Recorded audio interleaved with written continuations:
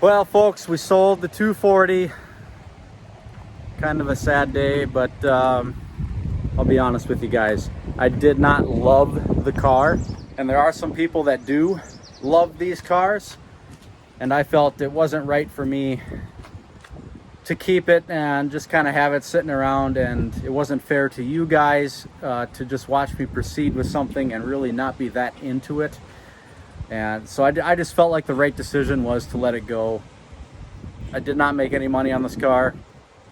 I actually got back what I made in parts. You'll never recuperate what you put into a car. It's pretty much what I'm trying to say, I guess. But this guy was really excited about it. He loved it. He drove a long ways to come and get it. And you could just tell when he got it that this was something that he wanted, and he's definitely going to proceed with the car. He's going to get it tuned.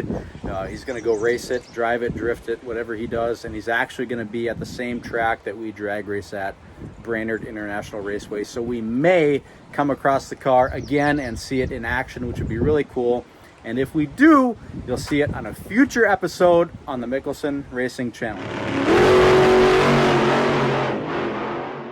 Hey folks, thanks again for joining us on the Mickelson Racing channel. This week we're going to work on the elusive 1968 Chevy C20. This is the first pickup I ever bought, my first vehicle ever.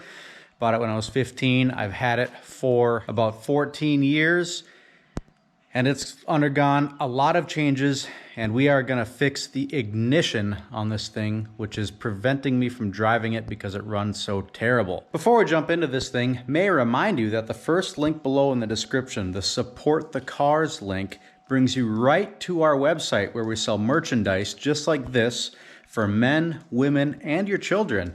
And we also sell an abundance of trinkets such as mugs. Be sure to stop by there. That helps support the channel and all the things we do here to hopefully bring better content to you guys. Let's jump right into this thing. So like I said, this is my 1968 Chevy C20 two-wheel drive 3/4 ton.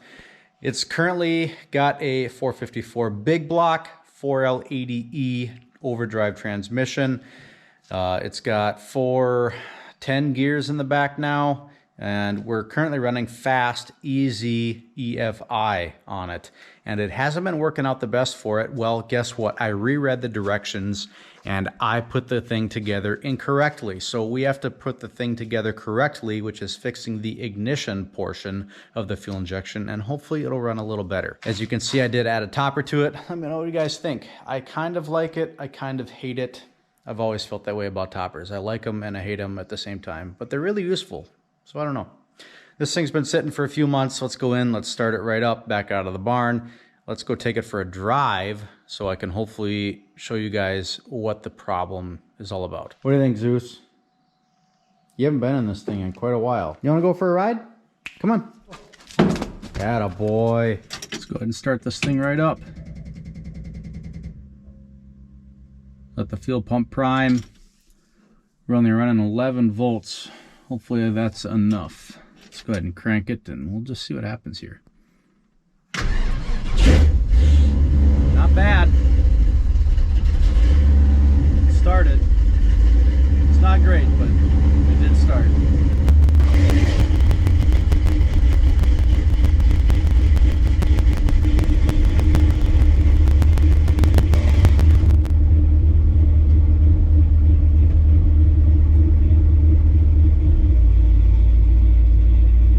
No mirrors on this thing.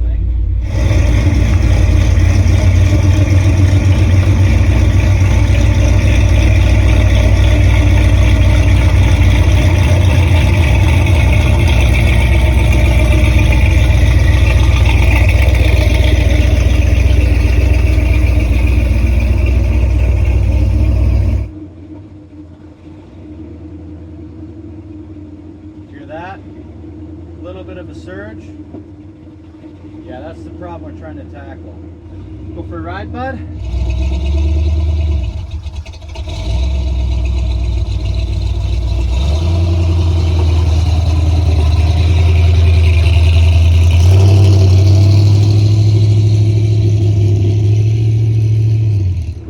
you comfortable? Huh? You don't look comfortable.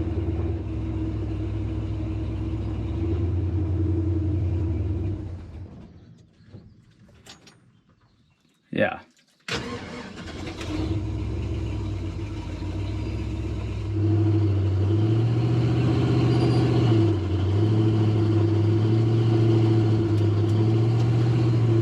Do you hear how the RPM varies and it surges a little bit?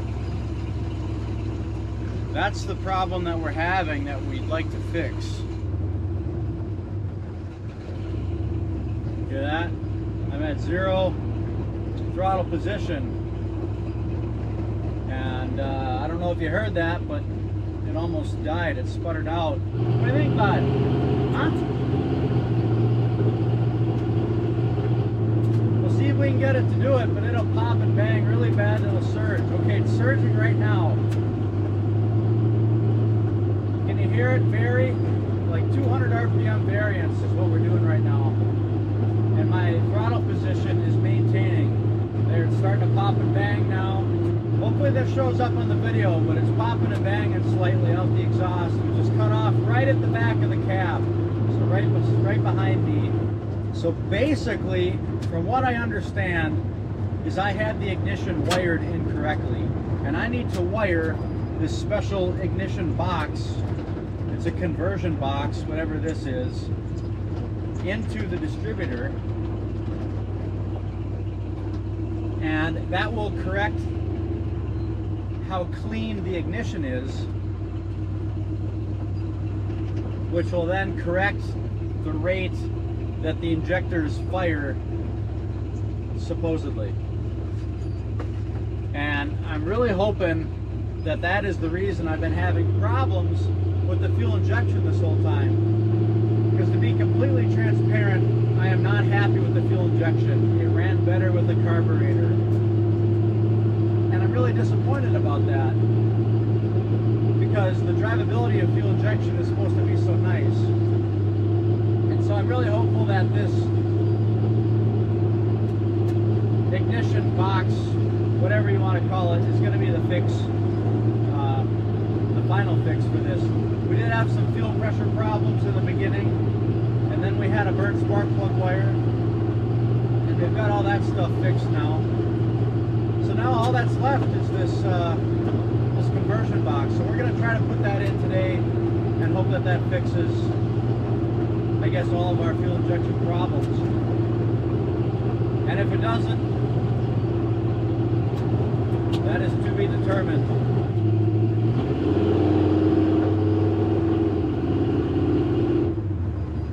What do you think, Zeus? How do you like this thing, huh? Ooh, kind of boring? Hard to say. You look a little warm. How do you like the ride? Is it okay?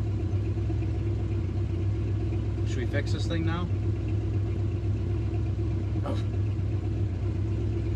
Okay, let's go fix this thing. Shout out to my buddy Tim for putting this mustache on my pickup back in like 2013 or 14, somewhere in there. Still on there, still holding strong. All right, guys, now that we're back in the barn, let's open this hood up and let's just see what we got to work with.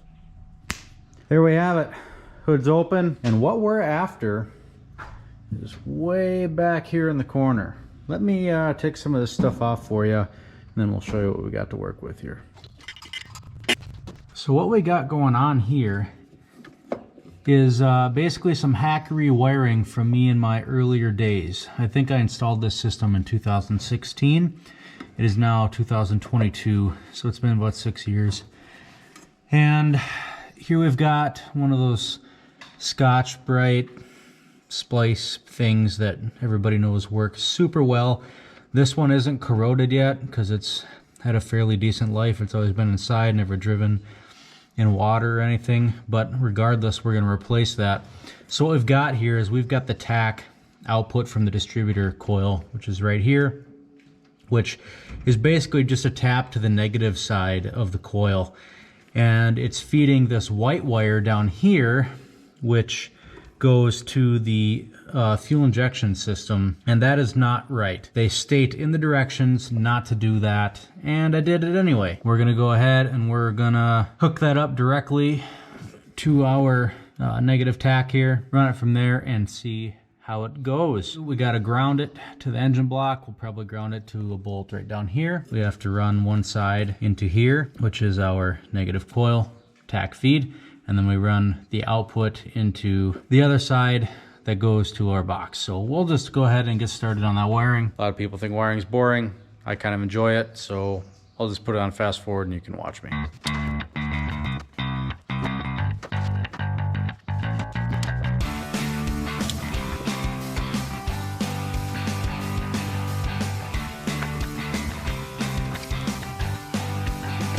Well, that was fun.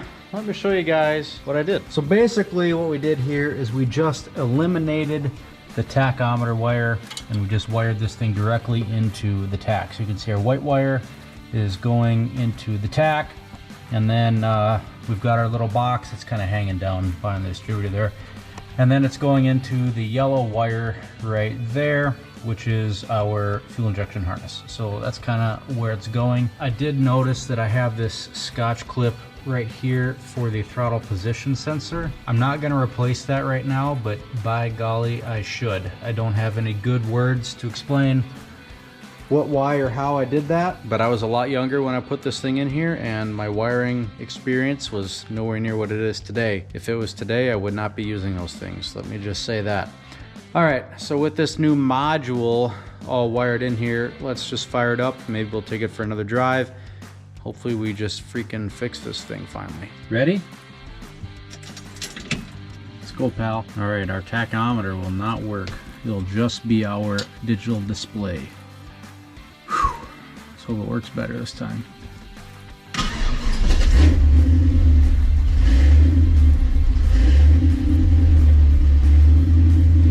Initial impressions is that it's not that much different. Anybody coming, bud? Thanks. Thanks for your help. It may in fact be slightly better.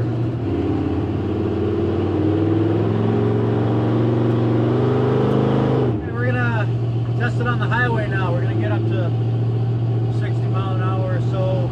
That's where I was experiencing a lot of problems before.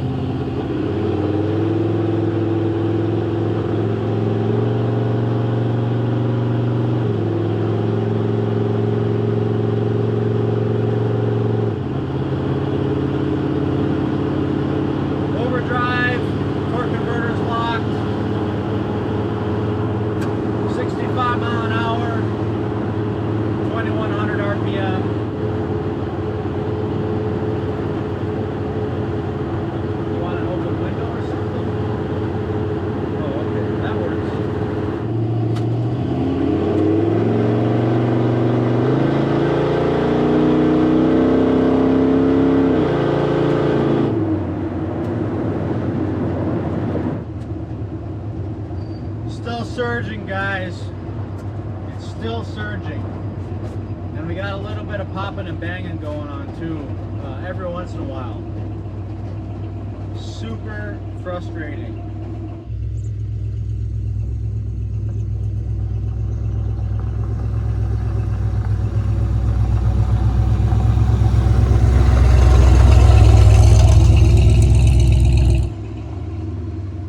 Super frustrating. So we got a little bit of a surge going on at cruising speed.